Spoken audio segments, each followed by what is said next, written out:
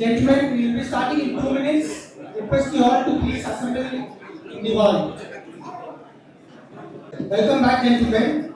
Hope everyone is fresh after a good cup of tea or coffee. We will be starting our session soon.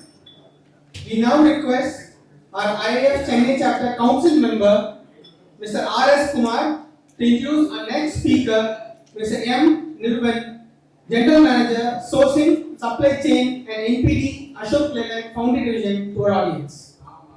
It is my pleasure to introduce Mr. M. Niruban, a B.Tech graduate from Madras Institute of Technology, MBA from Loyola Institute of Business Administration in Chennai. He started his career in Ashok Leyland as a GET in the year 2001, and he spent about 12 years in the quality department, engine production quality, and also the warranty. Six Sigma is a Six Sigma black belt, and he supported ISO 14001, TS 16949, and EMS. Another 12 years in sourcing. In between, he worked as an executive assistant to the MD of Ashok Leyland for a period of 6 months. He was handled parts worth value of 2,000 crores plus, over 1 lakh tons per annum. Niruban has a great amount of interest in sports, economics, and current affairs. He has played a lot of cricket tournaments for the company, and he is Kala Dhoni in Ashok Leyland. And he is a visionary leader and driving force for the growth of Ashok Leyland. And he is going to cover the topic on challenges in supply chain, challenges in sourcing. And it is great to have you here today. The stage is for you. Please go ahead.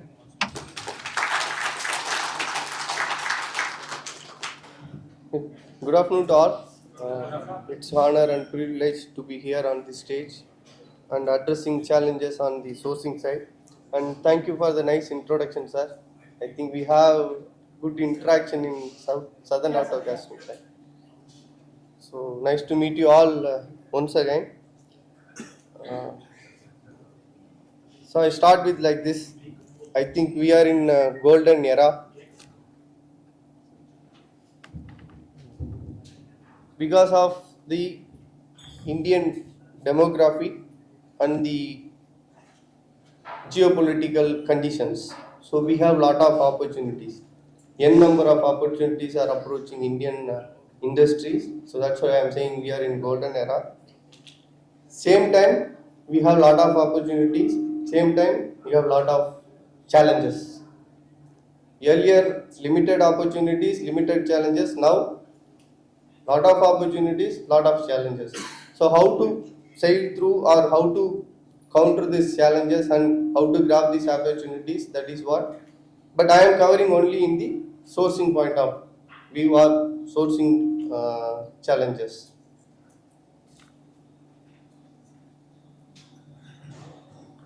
So I am going to first cover in first 3 M's. That is, so first is on material, men and machines.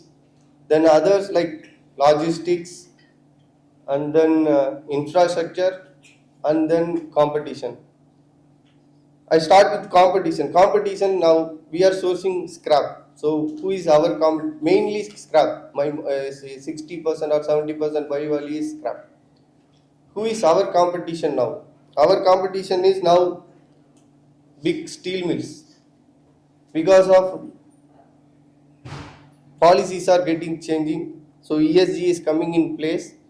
So all steel mills want to have produce secondary steels. Use the secondary steels means scrap, not primary steels. They are not making steel from iron ore. They want to add more, get more secondary steel. So now steel mills are competition to us.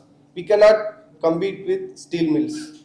They are big giant, and their market is different. Our market is different. and the way we handle with the suppliers is different, they deal with the suppliers is different.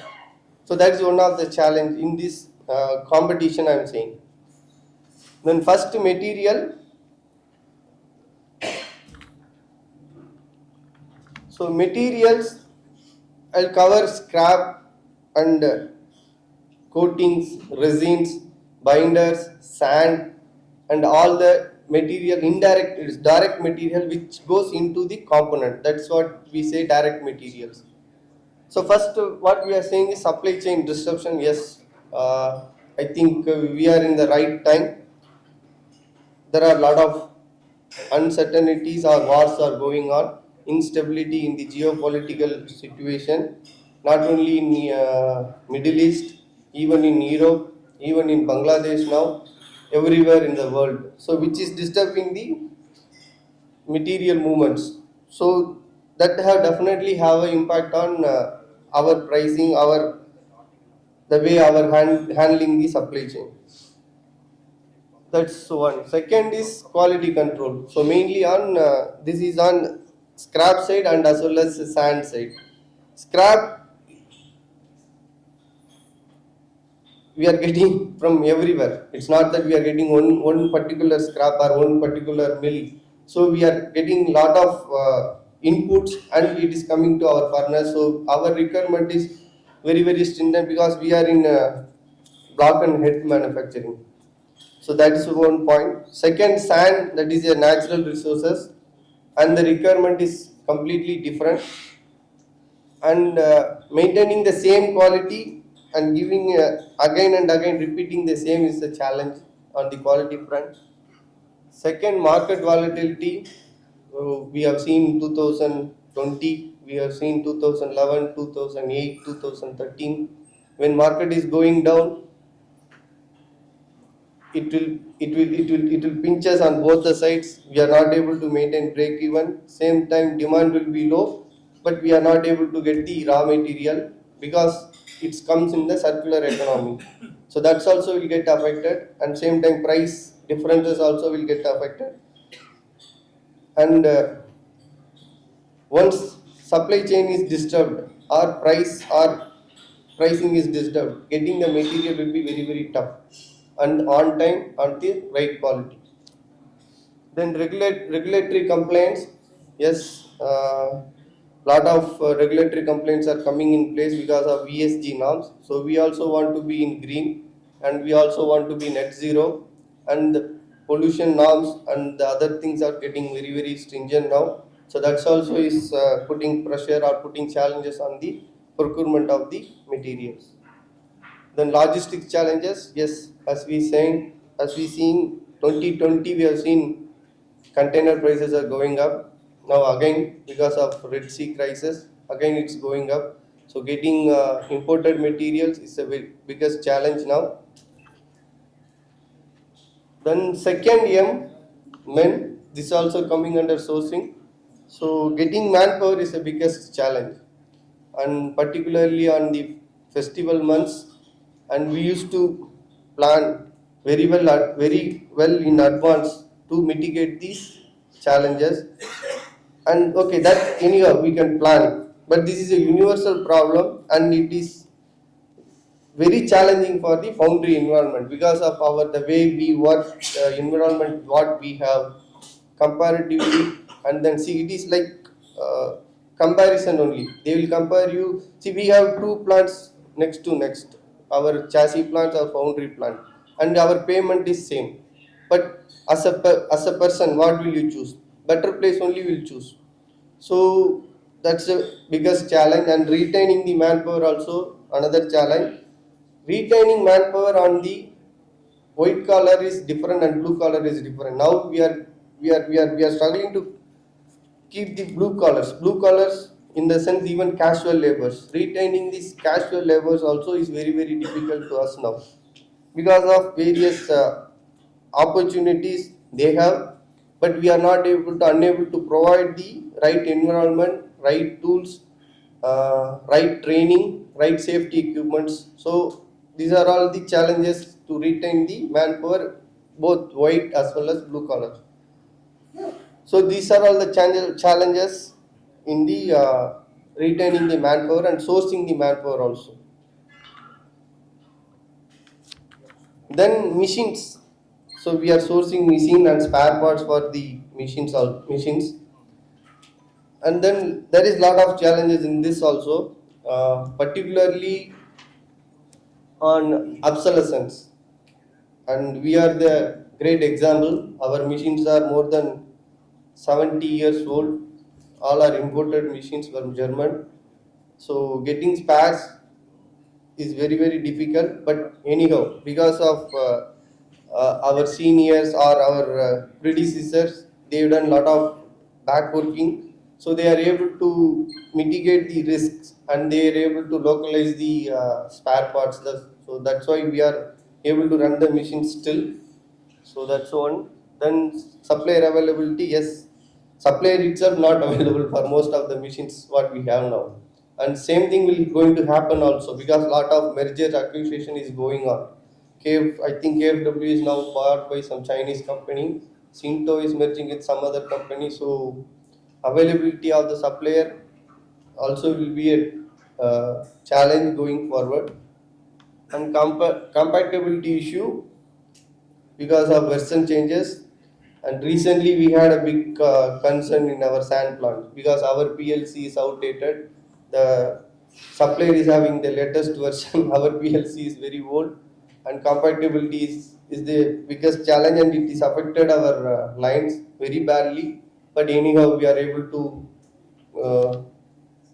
come out of that. Then cost and lead time for particularly on the machine spares. So that's a very big challenge now because OE spares, if you go, it's cost more than 4x or 5x of the original price of the component. So there, and budget also nowadays getting budget is very difficult. So you have to manage within the budget, but you have to get the right material. Then technical expertise, yes, that's the biggest challenge. We are not able to maintain the talents. So I covered in the manpower sourcing. So we have to give a right training and right compensation and right environment to hold the or keeping the expertise in the foundry industries. So I have been what I explained what are the challenges we are facing, but there is a way out. So how to mitigate, how to come out, how to overcome these challenges. So first and most, we have to be resilient. So we have to continue to try, continue to look for alternate, continue to look for cheaper or durable solution for the challenges what we are facing. That's what we have been trying. And agility and the adaptability. We have to go more agile. So particularly, I think we all come across this sand crisis from Andhra. So I can proudly say our foundry has not stopped even for a single minute want of sand. So that's what we are able to do because of the agility and the experience what my team had and what our foundry had. So with that we are able to sail through. Then inventory management. So we have to have a right inventory. Over inventory also will have a biggest concern. See, sand also again same. So we have to have a right inventory for the sand also because which is not in our control at all. If we have control, then maybe we can have a less inventory. Where we don't have a control, definitely we have a 30 days or 40 days inventory. So that's how we have to work upon. Then have a contingency plan. Same sand issue itself, I'll say. Lot of example I experience we got from implemented, and we can have a very good case study on this recent AP issue. Contingency plan, yes, this we did even before this cost. We went to Gujarat, we went to Bhuj, we got the sand samples, we brought the sand samples, and we tested, and we replaced for one of the imported sand. So first we did for imported sand, but anyhow the way we put the effort that which has helped us to overcome this Andhra Pradesh issue. And similarly, we went to Ankleshwar, we went to Allahabad. So and we had a contingency plan. So if Andhra is not there, what we'll do? We tested Kerala sand also. We tested Ankleshwar as well as Allahabad and Bhuj. All 4 samples we got, we tested, and we got some idea even before the crisis comes. Okay, diversified supplier base. Yes, we have to have a diversified supplier base. 3-4 suppliers, yes, but all are branded or good suppliers we have to have. It's not that for the sake of diversifying, you should not diversify. Then sustainability. So we have to have a code of conduct, particularly on the foundry side. We have to have a code of conduct which we released last year to all the suppliers. So that will give a good idea about the company, good idea about the customer, good idea about the suppliers. Then mineral extraction, same I covered in sand issues. But we cannot have a sustainable mineral extraction, but we can have alternates. And then 3 are reduce, reuse, recycle. Sand, again sand is the example. So we tried reclamation sand last year, and we already implemented 25% we are using reclamation sand. Whatever core sand getting rejected, we are doing thermal reclamation and we are using it for 20%. But during this crisis, we used as high as almost 50%. 50% of the sand we use as a reclamation sand. That is being produced by us. Produce means it's from our foundry, so that we used it. So we try to reduce the fresh sand usage, and we use our own sand, reclaimed sand. Then circular economy, yes, it is coming up. So a lot of scrapping centers are coming up, and our own scrapping center we are doing with some JV. So we will be doing the circular economy. Because of the scrappage policy, so our own vehicle will be dismantled, same scrap will be available for us. So same thing we'll try to use. Then improved working condition, that is to definitely for the working level people, not only for the white collar, it's for the blue collar as well as for the casual laborers. See, we have to treat them as our own employees. It's not that they are just casual laborers. We have to give a proper respect, proper restroom, proper food, and we have to treat them as how we want to be treated, the way we have to treat the CLs also. Then automation and digitalization. Yeah, this scrap, most of them we are selling the scrap in the auction, e-auction. That's called forward auction. What we are doing now is reverse auction. So we are buying scrap in the auction mode, in e-auction. I think last I met my scrap supplier is 4 months back. I not even spoken to them, because we implemented this e-auction where we are getting cost advantage, but that is a secondary. First is governance. Governance is the foremost criteria for implementing this e-auction. So we have very good 4-5 suppliers. They will bid in the portal, which is controlled by us. It's not that some third-party software, or it is our SAP software, Ariba platform. So we introduced, but we have been doing for the e-auction for the alloys and other materials. But that is in the third-party software. But now we migrated to our own software, and which is giving very good results and very good competition, and we are getting very good material at the right price. At the right price, it's not the cheaper price, at the right price. Then customer self-service portal, it's not customer, actually it is a supplier. Same thing, we don't want to interact with suppliers for the day-to-day activities.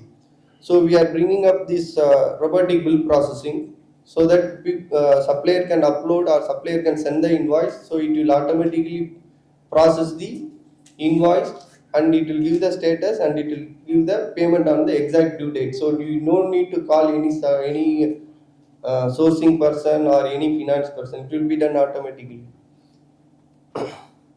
Then investment in advanced automation machines, that's what we require, because to overcome the man issues, we have to go for a lot of automation, but low cost automation. Being India, our advantage is low cost manpower. We cannot give up that advantage. But same time, we have to look for the low cost automation where environment is very poor and lot of challenges there for the handling the materials. The logistics digitalization, yes, lot of softwares, low cost softwares are available, so we can track our own material any point of time. And similarly, we have to reduce the material handling. That's the biggest challenge for the castings. If you handle one time, it is almost 0.5. If you unload 0.5 per kg, you have to pay. If you load 0.5 per kg, you have to pay. It comes to 1 rupee per kg. So it's a waste. It is a national waste. It's not only for waste for us, it's a national waste. So that we have to try to avoid, because we have to work for unidirectional, and we implemented in our foundry in last 6-7 months or last 1 year, because we have our fettlers outside, so we had a lot of zigzag movements. That zigzag movements we have reduced, and we have implemented the direct to customer concept also. So we identified 2-3 fettlers, 2-3 vendors where we send the castings. They do fettling and they do painting. They will dispatch to the customers. It will not come to the foundry. It will not come to us. So we can able to save minimum 1 rupee per kg, which we fight with our customers. See, I was a customer before I coming to the foundry. I was a customer to most of you. So I know how difficult, how hard to get the price increase or conversion cost from the customers. Huh? Very difficult, yes. So that's what it is now. Then AI and IoT, yes, wherever is possible we can use. These slides are not, I have not prepared. These are all given by AI. These are all common languages. Nothing is related to particularly for this gathering. So it's are all common points only. So wherever possible we can try to use. And IoT, yes, we have our Raman sir, so he is leading the project digitalization and Internet of Things. So we are trying to use, and wherever we are going for new machines, we are incorporating the IoTs so that we can have the real-time data. That's what the requirement is now. So I think that's all from my side. Thank you. Any questions? Actually, I told Raman sir I won't prepare any slides. Better I will ready to do interact with the people you are, because almost a decade I spent as a customer. Now 18 months I am in the foundry paternity. So if you have any query or any doubt, you can, maybe if I able to answer, I will try to answer. How do you manage the sand, sir? That's what I said. Sir, we tried this actually last February I was there in Gujarat. And we actually went for bentonite, because I thought that will be a biggest challenge. But anyhow, we visited sand also, so we anticipated, and we tried Bhuj sand, and it was okay, and we got one load also we brought, we tried. So we were ready for the crisis, so we are able to sail through. And same time, like agility, because of being in Ashok Leyland and handle the casting crisis in 2018 and 17, so 18, 19. So we anticipated and we worked for the worst case, because people thought it will open a week, it will open in 3 days, it will open in 2 days. But in supply chain, if you are in a supply chain, if you are a supply chain manager, definitely you have to work for the worst case scenario when you don't have the answer. So we didn't have the answer, so we worked for the worst case scenario. We sent all people to all over India, and we stationed, and we are able to get all the sands what we required. Still, the problem is there only. Still, we have not closed our supplier is open, but still we have not closed our doors for the other sources. We kept open that channel. One information recently I got it from the pollution control board. See, what they have done is that black sand, green sand, black sand, they want to use it for road. So special approval they have got it from the national team. That is, Nitin Gadkari has told it.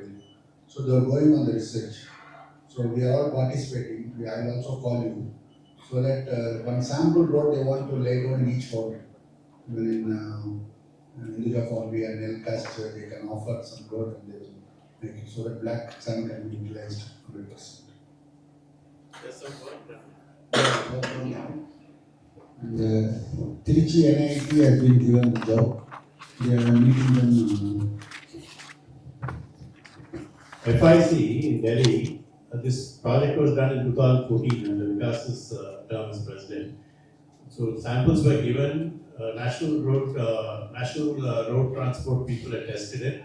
In fact, in one of the villages it has already been approved, but subsequently it didn't get taken forward. So if you contact FIC, they'll give you the entire thing, and national level certification was done on this.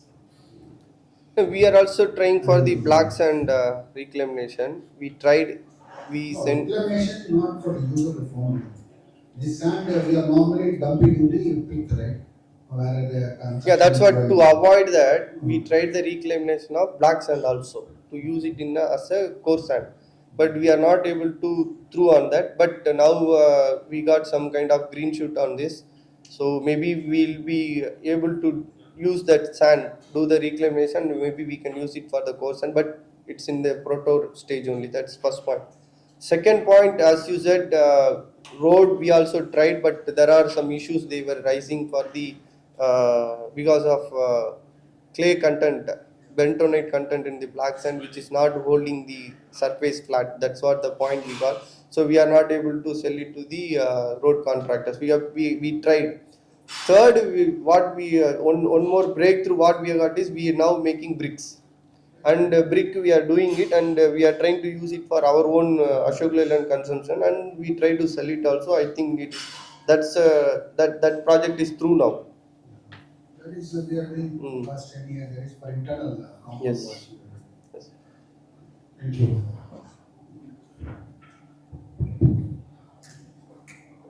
Any other questions? Please raise your hand if you have any questions. And one more point I want to make it here is the change management in Foundry, because that's what I want to dress it like this. Actually, I also come with coat and all, but I don't want to come in overcoat and jacket, because lot of new things are required in Foundry side. So that we have to, we should be in a position to adopt that changes. That's the biggest challenge for me, because being from Ashok Leyland vehicle division coming to Foundry division and implementing the changes and questioning the existing practices, it's a biggest challenge for me, challenge for organization also. So we have to be adaptive now. That's a point I want to make. Thank you.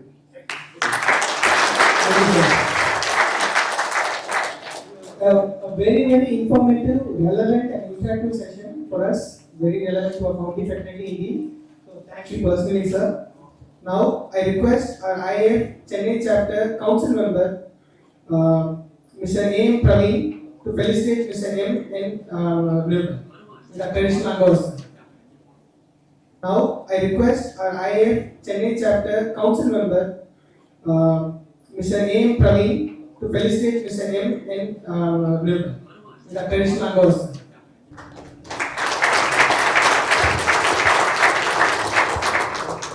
We now request our IAF Southern Region Vice Chairman, Mr. R. Palanimurugam sir, to felicitate our speaker at the memorial. Sorry,